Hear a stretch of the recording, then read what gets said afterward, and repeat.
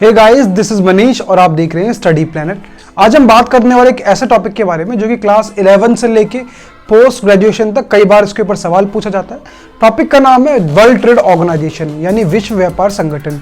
तो आज की इस वीडियो में हम लोग बात करेंगे कि WTO के बनने का इतिहास क्या है, इसका पूरा बैकग्राउंड को हम लोग पढ़ेंगे। इसके अलावा हम पढ़ेंगे इसके काम क्या है, forms and functions of the WTO। तो आइए शुरू करते हैं।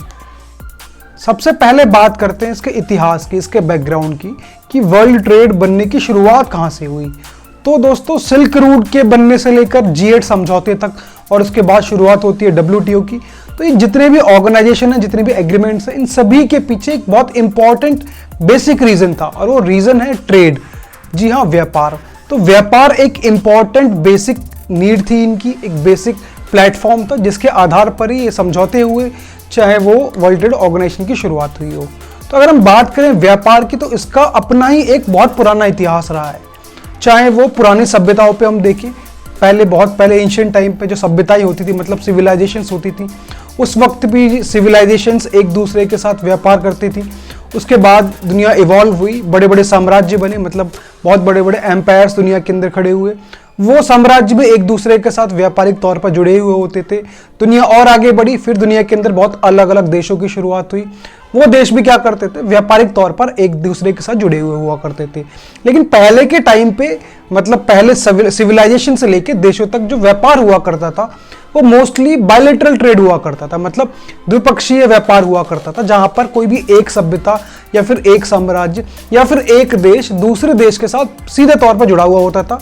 कुछ उनकी बेसिक टर्म्स एंड कंडीशंस होती थी, आपस में समझौते होते थे, जिसके बाद इंपोर्ट एक्सपोर्ट को शुरू कर दिया जाता था। लेकिन दुनिया धीरे धीरे आगे बढ़ी। उस वक्त एक बात बहुत कॉमन थी, जो व्यापार हो रहे थे सभी बायलैटरल ट्रेड थे और ऐसे कोई भी नियम कानून नहीं थे जो कि दुनिया के इस व्यापार को रेगुलेट कर सके। ऐसे में बहुत बड़ी इस बात की मांग हो रही थी कि कुछ ऐसे समझौते बनाए जाने चाहिए, कुछ ऐसे चीजें होनी चाहिए जो कि पूरे व्यापार को रेगुलेट कर सके। फिर होती है एक बहुत इंपॉर्टेंट मीटिंग और उस मीटिंग का नाम है ब्रेटन वुड कॉन्फ्रेंस। सबसे पहले जानते हैं कि इस कॉन्फ्रेंस की जरूरत क्यों पड़ी, क्योंकि पहले क्या हुआ करता, जितने भी व्यापार हुआ करते थे उसके अंदर जो बड़ी बड़ी आर्थिक शक्तियां थी, जो इकोनॉमिक बड़ी पावर्स थी, वो हमेशा क्या करती थी, छोटे देशों को दबाने का काम करती थी और उनके नेचुरल रिसोर्सेज का इस्तेमाल करती थी अपने फायदे के लिए। तो इससे व्यापार से होता क्या था, बड़े देश तो काफी पावरफुल हो रहे थे, जो छोटे देश थे वो और ज्यादा कमजोर होते जा रहे थे। फिर शुरुआत होती है 1944, मतलब 1944 में ब्रेटन वुड कॉन्फ्रेंस की। और इसके अंदर हुआ क्या, इसमें सेकेंड वर्ल्ड वॉर के बाद दुनिया के अंदर एक बेहतर फाइनेंशियल सिस्टम बनाने की नींव रखी गई और इसी दिशा में IMF, मतलब इंटरनेशनल मॉनेटरी फंड, और वर्ल्ड बैंक की शुरुआत की गई।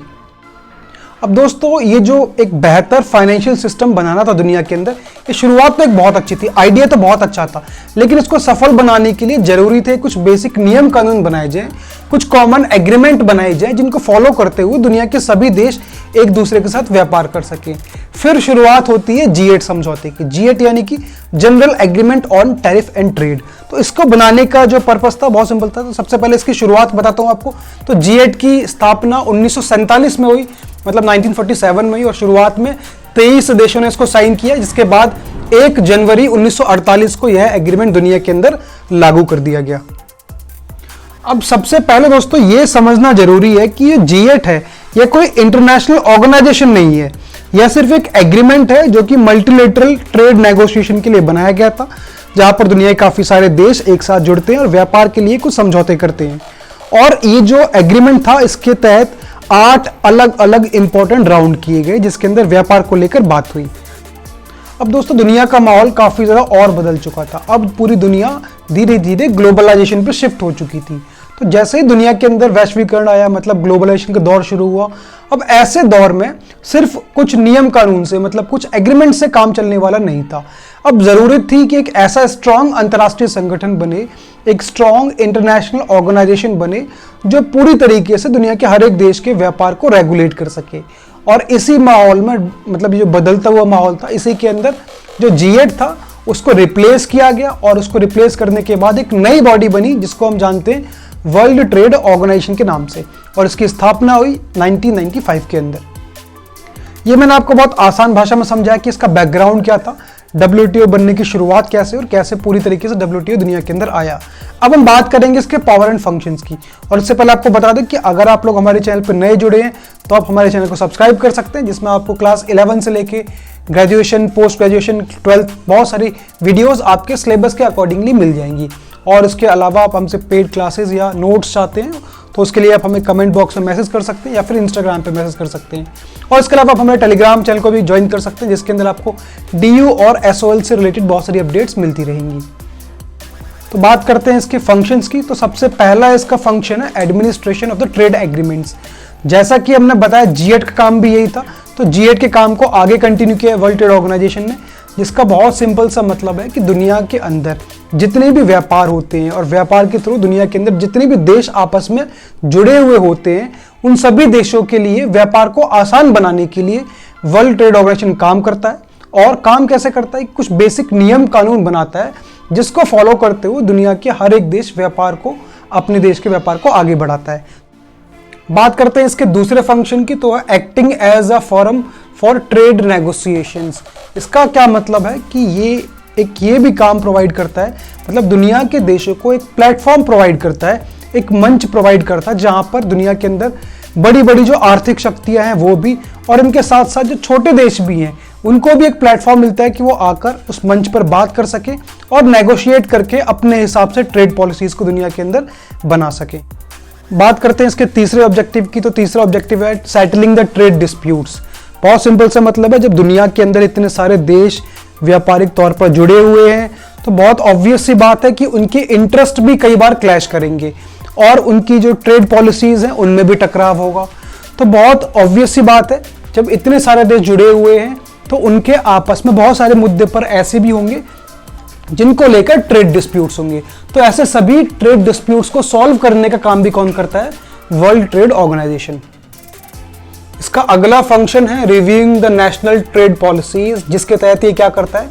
दुनिया के जितने भी देश हैं सभी देशों की अपनी अलग अलग ट्रेड पॉलिसीज भी होती है, तो उन सभी ट्रेड पॉलिसीज को रिव्यू करने का काम किसका होता है? उनको मॉनिटर करने का काम होता है वर्ल्ड ट्रेड ऑर्गेनाइजेशन का, जो कि मॉनिटर करके इस बात को सुनिश्चित करता है कि उनकी जो ट्रेड पॉलिसीज है उसके अंदर ट्रांसपेरेंसी हो, पारदर्शिता हो, और इसके अलावा इस बात को सुनिश्चित करता है कि जितने भी मेंबर स्टेट्स हैं उन सभी की जो ट्रेड पॉलिसीज बनाई गई है वो वर्ल्ड ट्रेड ऑर्गेनाइजेशन की गाइडलाइंस के हिसाब से ही बनाई गई हो।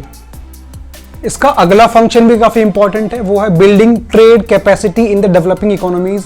दुनिया के अंदर जितनी भी डेवलपिंग कंट्रीज हैं या लीस्ट डेवलप्ड इकोनॉमीज हैं, जो कमजोर देश हैं, जो कि दुनिया के बड़ी महाशक्तियों के साथ compete नहीं कर सकते, ऐसे देशों के अंदर भी इनकी कैपेसिटी को बढ़ाने के लिए, उनको एक सेफ इन्वायरमेंट प्रोवाइड कराने के लिए, जहां पर जो छोटे देश हैं वो सभी लोग क्या कर सके, अपने इंफ्रास्ट्रक्चर को इंप्रूव करके वर्ल्ड ट्रेड के अंदर प्रॉपरली पार्टिसिपेट कर सके, इस दिशा में काम करता है वर्ल्ड ट्रेड ऑर्गेनाइजेशन।